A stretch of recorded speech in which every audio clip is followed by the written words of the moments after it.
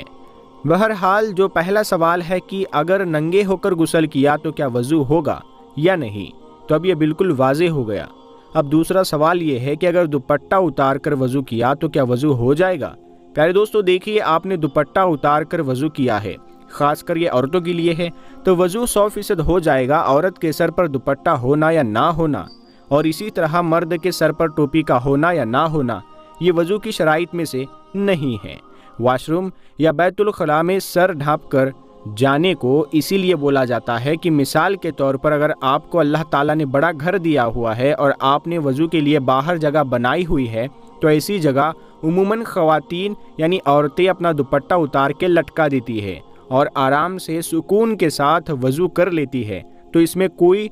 مذائقہ نہیں ہے۔ اسی طرح مرد حضرات بھی بغیر سر ٹوپی رکھے وضو کرے تو یہ وضو کر سکتے ہیں۔ آپ لوگ مسجدوں میں دیکھیے 90% لوگ ننگے سر آتے ہیں اور وہ اسی طرح وضو خانے میں وضو کر رہے ہوتے ہیں۔ لہٰذا جب مردوں کا وضو ہو جاتا ہے تو عورتوں کا وضو کیوں نہیں ہوگا؟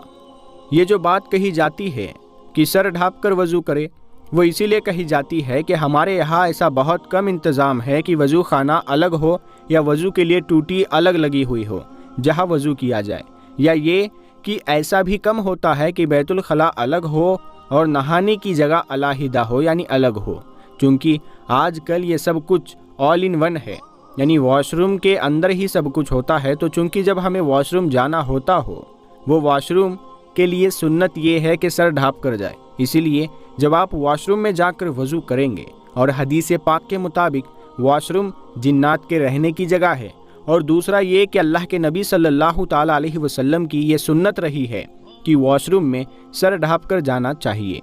لہٰذا اس عمل کا فائدہ یہ ہوگا کہ اگر آپ واش روم جائے اور آپ کو استنجا یعنی پیشاب وغیرہ کرنا پڑ جائے تو آپ رفع حاجت کے لیے بیٹھ جائیں گے، تو پھر کیا دوبارہ دوپٹہ یا ٹوپی لینے کے لیے باہر آئیں گے؟ اسی لیے بہتر یہی ہے کہ اگر آپ کا بیت الخلاء میں جانا ہو اور آپ ساتھ ہی دوپٹہ یا ٹوپی لے کر جائے،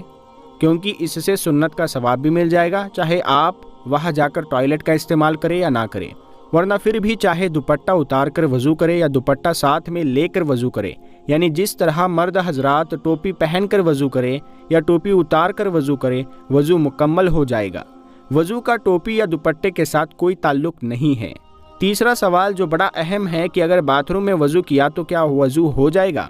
تو پیارے دوستو، وہ باتھ روم جس میں صرف WC لگا ہوتا ہے یا کموڈ لگا ہوتا ہے اور اس کے علاوہ کوئی انتظام نہیں ہوتا، تو ایسی جگہ وضو نہیں کرنا چاہیے۔ لیکن ایسی صورتحال عمومی طور پہ ہمارے گھروں میں نہیں ہوتی کہ جہاں پہ صرف WC لگا ہو یا کموڈ لگا ہو، کیونکہ اس کے ساتھ ہی بیسن لگا ہوتا ہے، ٹوٹی لگی ہوتی ہے، وضو کی جگہ ہوتی ہے، اور دونوں کے درمیان میں عمومی طور پر شاور بھی لگا ہوتا ہے۔ ہمارے یہاں نہانے کے لیے آج کل جو باتھ روم ہے، چاہے وہ 5x5 کا چھوٹا سا باتھ روم ہی ہو، تو اس کے اندر بھی یہ تینوں سہولتیں موجود ہوتی ہے، یعنی سیٹ بھی لگی ہے، نہانے کی جگہ بھی ہوتی ہے، اور ہاتھ دھونے یعنی وضو وغیرہ کرنے کی جگہ بھی ہوتی ہے۔ تو جو یہ باتھ روم تھوڑے سے بڑے ہوتے ہیں تو ان میں نہانے کی جگہ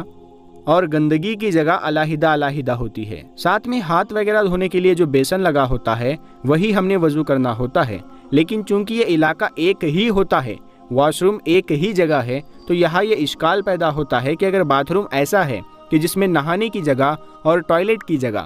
الگ الگ ہو اور پردہ لگا ہوا ہو اور بیسن بھی علیحدہ ہو، تو پھر یہ بہت ہی اچھی بات ہے، چاہے چھت ایک ہی ہے، بلا شبہ وضو مکمل ہو جائے گا۔ لیکن اس میں علماء جو ایک بات کہتے ہیں وہ یہ ہے کہ یہاں احتیاط کرنی ہے، کیونکہ چھت ایک ہے، ماحول ایک ہے اور جگہ بھی ایک ہے۔ جہاں 3 سہولتیں ہیں تو آپ کو یہاں اللہ کا نام زبان سے نہیں لینا، یعنی وضو شروع کرنے سے پہلے کی دعا اور بعد کی دعا نہیں پڑھنی، اور اگر یہ پڑھنی ہے تو خفیہ طور پر یعنی دل ہی دل میں پڑھنی ہے، یا پھر وضو کر کے جب آپ بیت الخلاء سے باہر نکلے تو باہر آ کر آپ یہ دعائیں پڑھ سکتے ہیں۔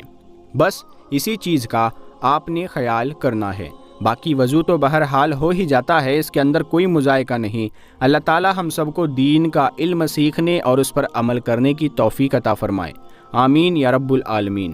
پیارے دوستو، آپ کو ویڈیو کیسی لگی آپ ہمیں کمنٹ کر کے ضرور بتائیے گا، اور اگر آپ کو اس ویڈیو سے متعلق کوئی بھی سوال پوچھنا ہو تو آپ کمنٹ کر کے ضرور بتائیے گا۔ ہم ملتے ہیں اگلی ویڈیو میں، تب تک کے لیے السلام علیکم۔